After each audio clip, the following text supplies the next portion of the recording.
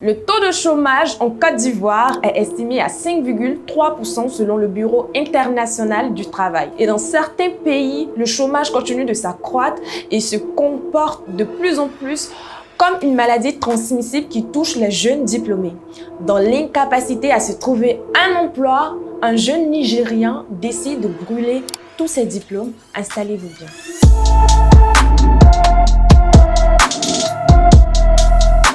Salut à vous, ma team de news, c'est Kelly Nadje, bienvenue dans News du jour. Cette affaire a vu le jour sur Twitter. Face aux difficultés à se trouver un boulot, Ousmane Aboubakar décide de déchirer tous ses diplômes puis les brûle.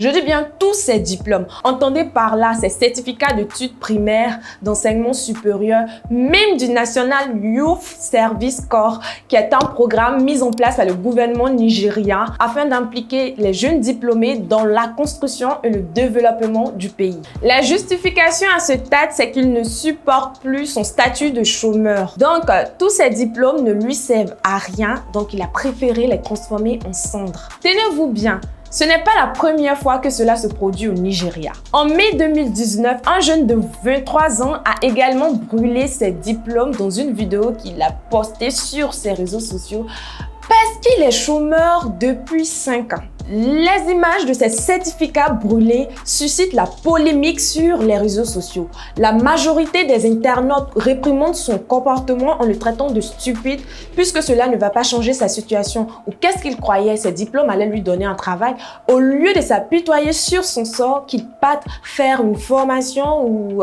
qu'il mène une activité rentable. Mais aïe, qu'est-ce que vous ne comprenez pas? C'est un ras-le-bol. C'est triste, il fait une dépression face à sa situation.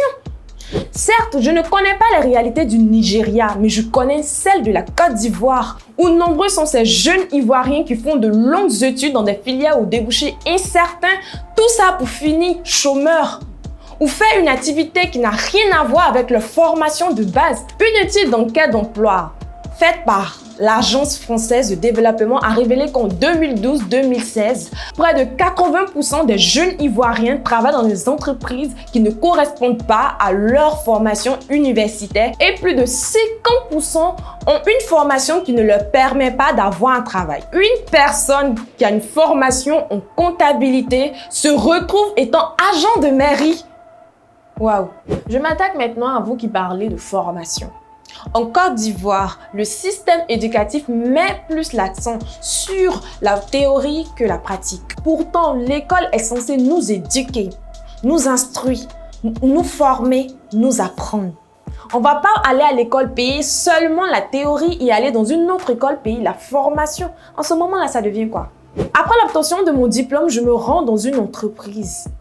Et là-bas, on me demande d'avoir au moins 1 ou 3 ans d'expérience avant d'être embauché. Si vous, l'entreprise censée me former, vous refusez de m'embaucher, en ce moment-là, j'acquiers l'expérience comment?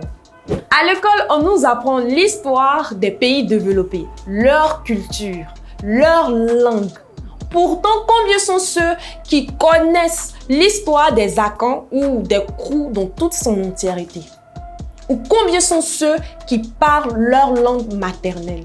C'est bien d'apprendre des langues étrangères, mais quand le système éducatif se base uniquement sur 4 langues étrangères, il y a problème. On a comme l'impression qu'il nous pousse à adopter la culture des autres au lieu des nôtres. Et après, vous êtes étonné de voir des gens migrer dans ces pays-là, des gens qui fuient la réalité de leur propre pays au lieu de chercher à les régler. On est en train de faciliter l'expansion de la pauvreté. On a fait de telle sorte que le système éducatif et le système productif local s'adaptent à l'évolution de la technologie et des nouveaux métiers. Revenons au jeune Nigérian qui a brûlé ses diplômes. Moi, je vois que c'est un acte fort. Il essaie d'interpeller l'État, la société. C'est un sacrifice pour ces milliers de jeunes qui se retrouvent sans emploi partout dans le monde, à qui ils ont dit « Allez à l'école, ayez un diplôme et vous aurez un emploi ». Non, c'est aux sorties de l'école qu'on constate que le système éducatif n'a rien à voir avec le système du travail.